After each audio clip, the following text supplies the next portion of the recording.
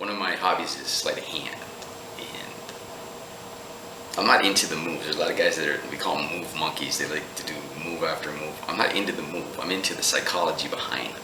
That's what I think. My mentor taught me there are no perfect moves, only the perfect time to move. Even in magic, even though they're burning your hands, sometimes you use what's known as time misdirection. There's psychology involved. That's the part I like.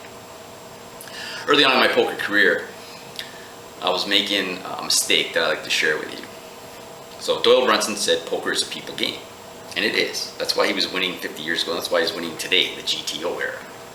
It's just the way it is. It's a people game at the end of the day. But it's not just man versus man, it's man versus himself. So one of the things I was doing wrong at the beginning was I wanted to book wins. I was positive expectation in the game, positive EV. So when you're playing poker that way, the more hours you put in, the more you win. You have an hourly rate. You have a win rate. So the more you put in, the more hands you play, the more money you make in the long run. But it was important to me at the time to book these wins. And so I'd quit at a certain point. I'd win a certain amount, and I would lose interest in playing, and I'd quit the game. But that's not a reason to quit the game. If anything, you should keep playing, because it's showing you're playing your best. You're playing your A game probably. When you're winning, you feel good. And also, since you're winning, it implies someone's losing. If they're losing, they're probably playing their B or C game. And so you have even more advantage than when you first sat down and everybody's even per se. And the other part of the equation I was doing wrong is when I was losing, I wouldn't stop. Keep going.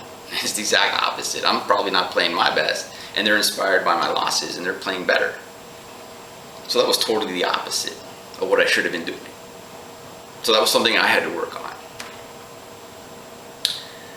And so one of the other things I like to observe are scams and the psychology behind the scam.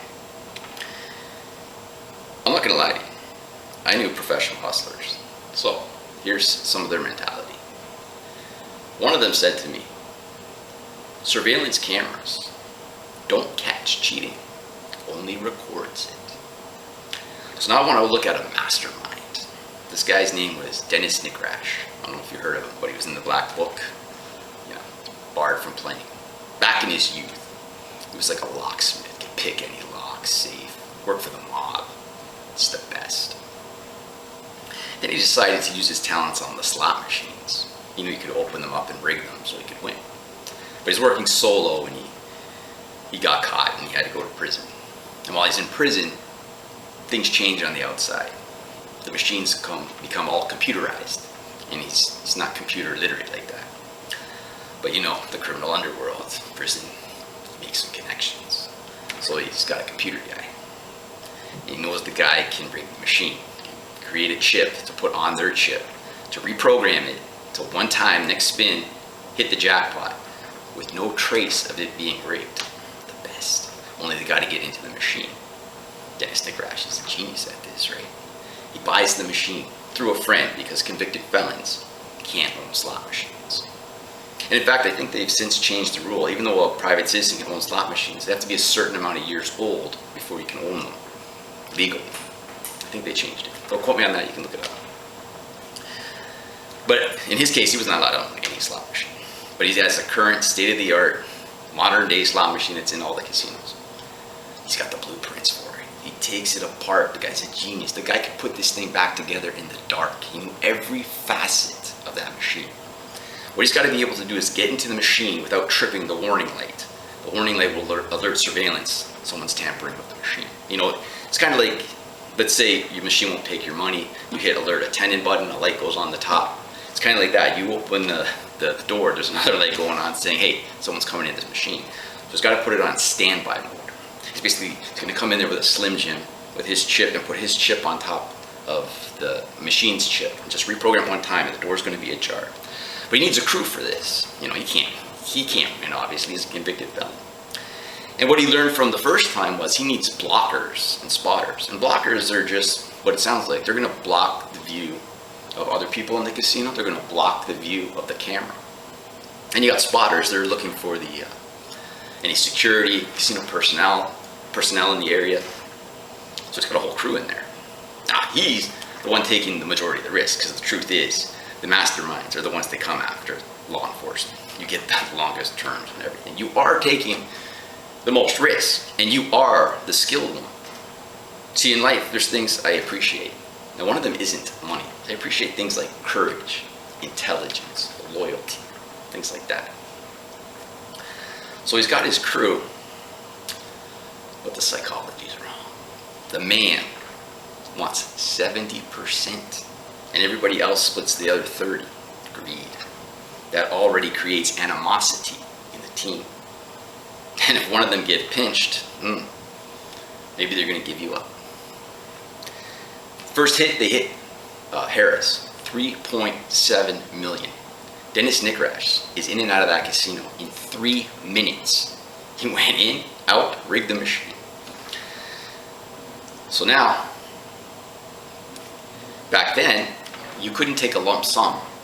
So it was basically a 20-year payment paid monthly. And it's only a small piece per person. So they want to do more scores. They hit the Luxor, I think, for 1.5 million, 6 million, somewhere in that neighborhood. But as it's going on, and they did link him to $16 million minimum of slot wins. He's considered like the greatest slot cheat ever.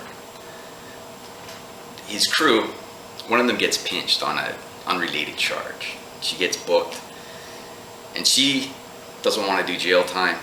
But remember, it has nothing to do with the slot win. So she gives up Dennis Nikrash, says, that 3.7 million win at the Harris, that was rigged. So the FBI is investigating, gaming, control, investigating. They review the video, they can't see anything. They can't see the guy getting the machine, the blockers are just right. They choreographed this for months to make sure everybody knew their role. So basically, once he's rigged the machine, it's a little bit ajar, he leaves. The person who's going to claim the win, so obviously not a convicted felon, shuts the door. Once the door is shut, the reels are going to be activated as soon as you press the button, so all the blockers spread out. And the person claims their prize. So now she's giving up the team. So they review the video, and they can't see anything. I mean, nothing. They verify this win as being legit. The FBI is still undeterred. They really believe the person they got in custody is telling the truth. So now they go to IGT, the manufacturer of the machine, and they're saying it's impenetrable. Nobody can get into this machine. Well, they're wrong. So now the FBI goes back to the girl and says, yo, we got nothing. Can you prove anything else? You got anything else that we can connect into this win? She gives up another guy, one of his mob connections, that this guy's involved in this. He's getting, I think, 10% of a cut. So now the FBI starts watching this guy. And now they link his family to these wins. He's got family members. What is this, the luckiest family in America winning all these slot wins worth millions of dollars? Now they can get court orders for wiretaps, search warrants. And so that's how Dennis Nikrash gets caught. But going back, from the psychology point of view, the most important thing when you're making the team is the loyalty aspect. And you don't want to create animosity in any way. It doesn't matter. You take the majority of the risk. You got to make everybody feel comfortable. When the card mobs work it, we don't say, oh, the mechanic, the guy with the skills, the years of practice, he's going to get the biggest cut. It doesn't work that way. We're a team. Equal shares. Everybody feels good. Even though your only role might be to call cards or distract, turn the mark's head. That's how it works. Anyway, good luck on your gambling. Don't cheat. And see you next time.